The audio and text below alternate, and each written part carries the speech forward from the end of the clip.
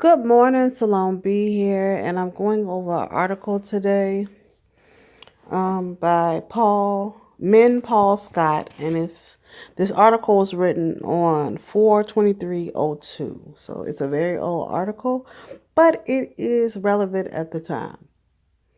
Now, I want to explore the destruction of hip hop and Black power. In hip hop, there were powerful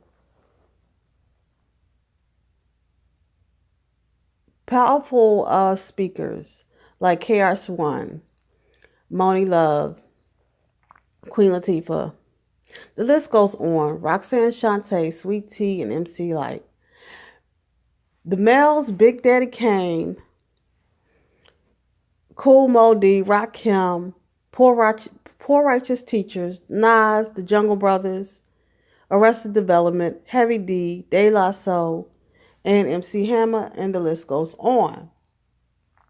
Then the NWA comes on the scene with fighting the same power structure that Public Enemy was speaking about. The positive messages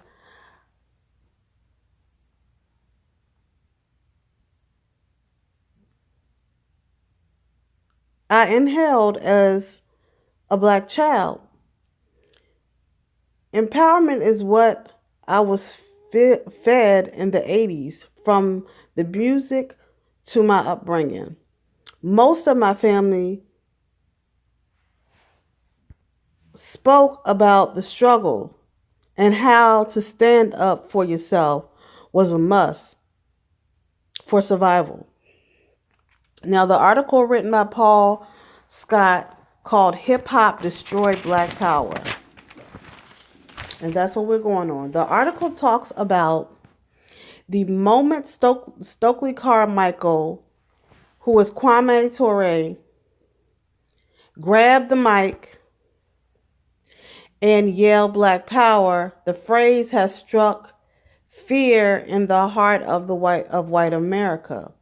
The article states that white America was not threatened by military or economic power, that because they excelled in those subjects and had those options on lock.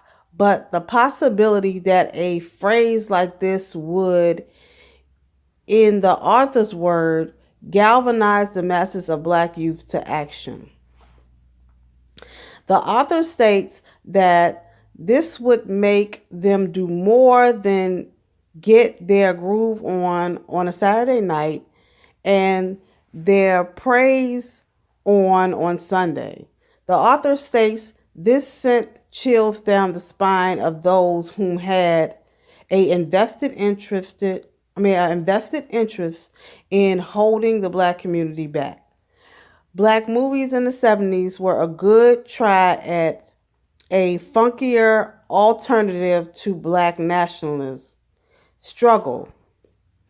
The blood of the Black Panthers was still fresh in the minds of the youth.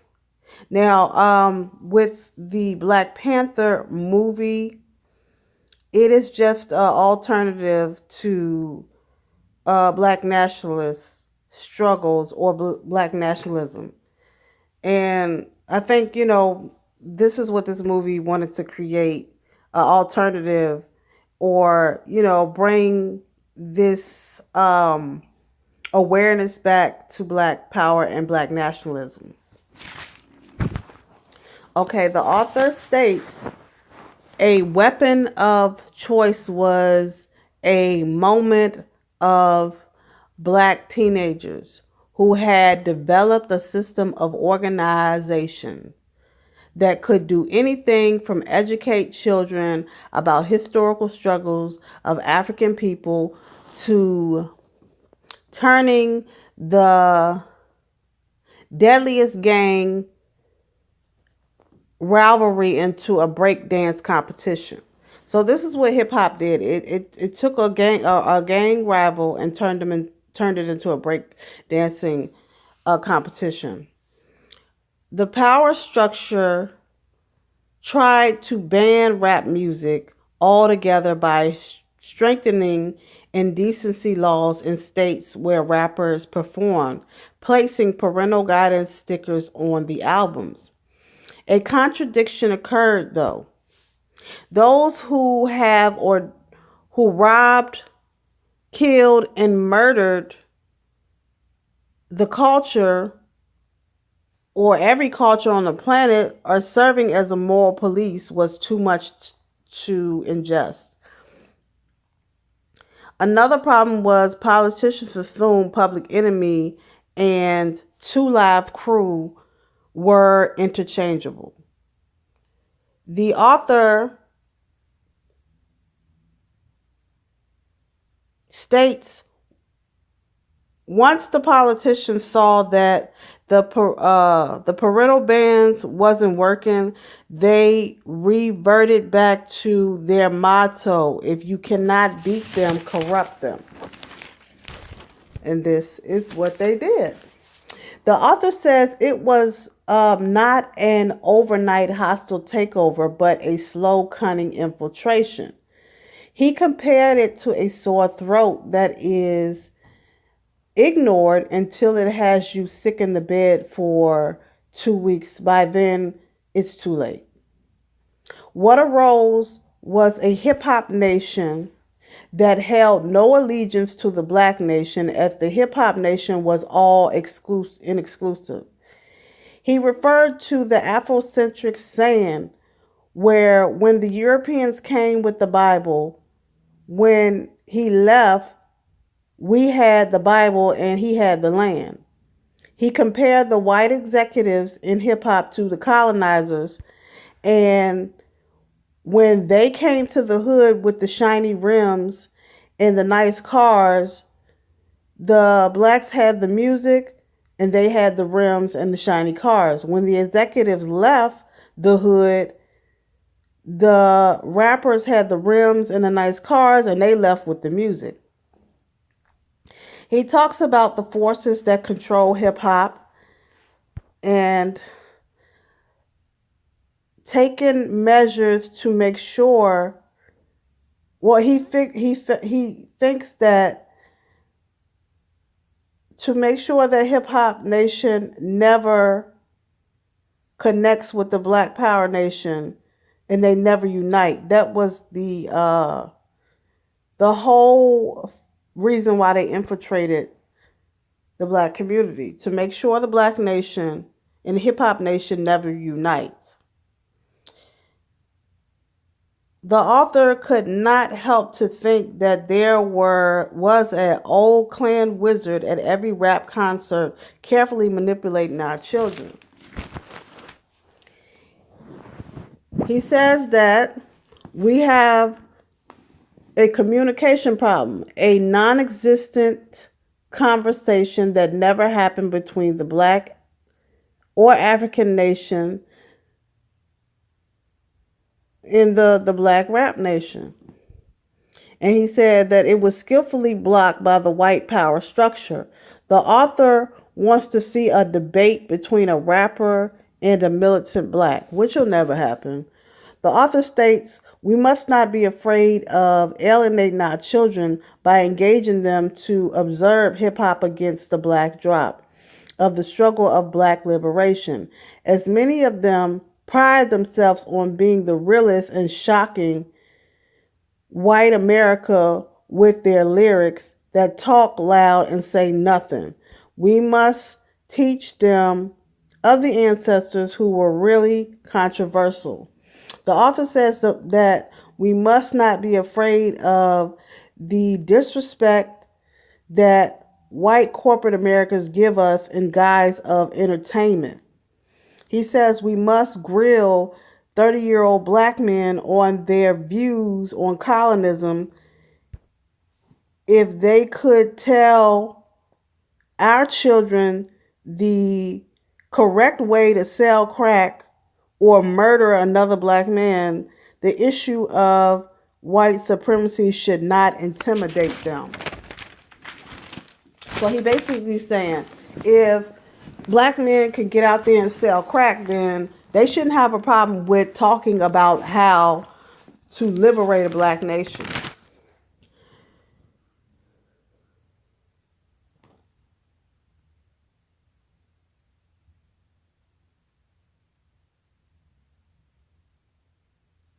And he says how they write off the age of black consciousness as a lost era.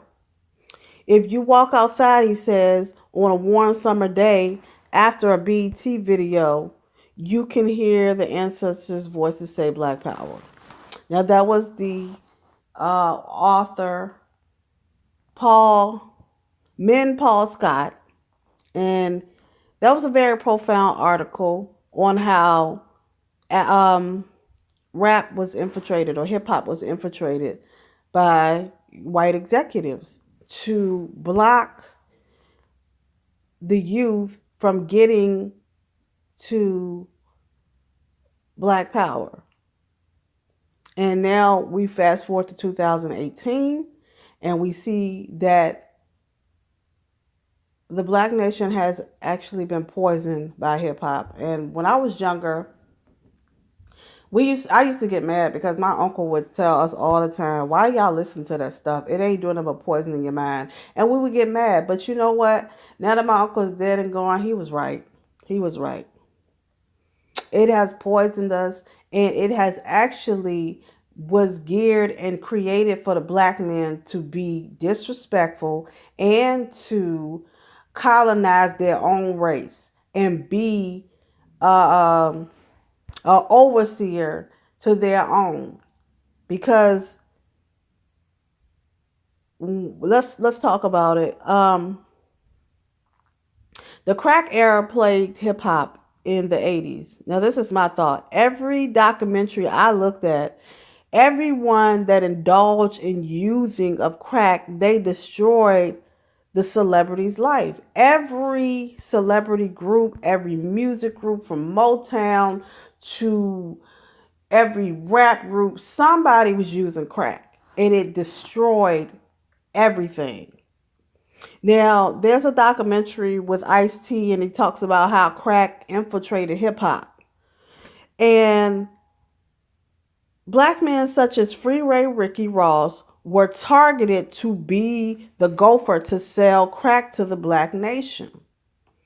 During the crack era, black women of high standards and class became bitches and hoes with no class because of heavy drug use. In the early 90s, crack babies were born as addicts. And I will say this. I can speak on this because I have two sisters who are younger than me, who are actually millennials. My father was using drugs. He was using crack in the early 80s, 90s. And I came out, and when I was born, I was fine because my dad was not a user then. But when in the early 90s, when he was strung out, my mom, when she got pregnant with both of my sisters, they were actually children who were addicts. My mother was not using drugs. She never drank alcohol, none of that. My father was the addict. And when he impregnated her with my two sisters, both of them came out as addicts. And we do not get along to this day because of their minds and because they are children of an addict. And crack cocaine does something to children, or does something to a child when they are born and when they are in the womb. And when they come out as an opposite. So they're opposite of me. They will not do what's right. They will do everything that's wrong. Now, anyway, let's get back to this. Now, black men that respected their mothers and daughters has a disrespect for women as a whole. And this was reflected to the world through the camera of hip hop music. Images of women changed in hip hop. Queen Latifah with her dashiki, Monie Love with being born to breed, Sweet Tea with her bars, MC Lyte with her artistry, Roxanne Shante with her battle rapping style, all disappeared. A new image appears, video vixens posting as shiny ornaments on the devil's tree.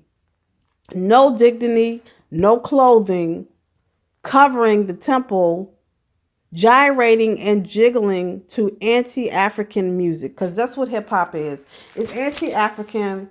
And now when you look at these new rappers like Tekashi 6ix9ine, who are fighting in the street, who are drug addicts, they were, and when I say that children born from people who were addicts, they come out as all automatic drug addicts. So you got a whole race of millennials that majority of them are crack babies, and they are successfully using all kinds of drugs, and you can't talk to them because the infiltrating of hip hop has started in the 80s and in the 70s, and this was planned. So when you see on February 22nd, Monique go on the Breakfast Club and cannot speak the same language as people like Charlemagne and all the, it's disconnected. And there was a reason why it was disconnected. It was planned. It was planned by the white executives to all this hip hop bullshit. And I loved hip hop, but if we study it for what it is and we go with the truth, it is anti-Africanism, and it will always be. The beats and the lyrics sound good, but it is anti-African when it gets to the 90s. Now, Rakim, he was great. He was more conscious, but a lot of them were moved out of the way when NWA came in on the picture. And when they came in, and they had a positive message too, but then the crack era really was being being portrayed, and it destroyed hip hop. It destroyed Black Power, and hip hop destroyed Black Power. So this is my take on why we have such a disconnect and why Black women and Black men have a disconnect. Because Black men, to be honest, there's a karma that y'all gonna have to deal with. Especially the ones who were running drugs to the community, selling crack to pregnant women. A lot of y'all have done this. And you're going to have to deal with the karma that comes down. You're just going to have to. We are not going to get past that. So tell me what you think. We can keep discussing this. Like, share, subscribe. Salon B. Have a great day.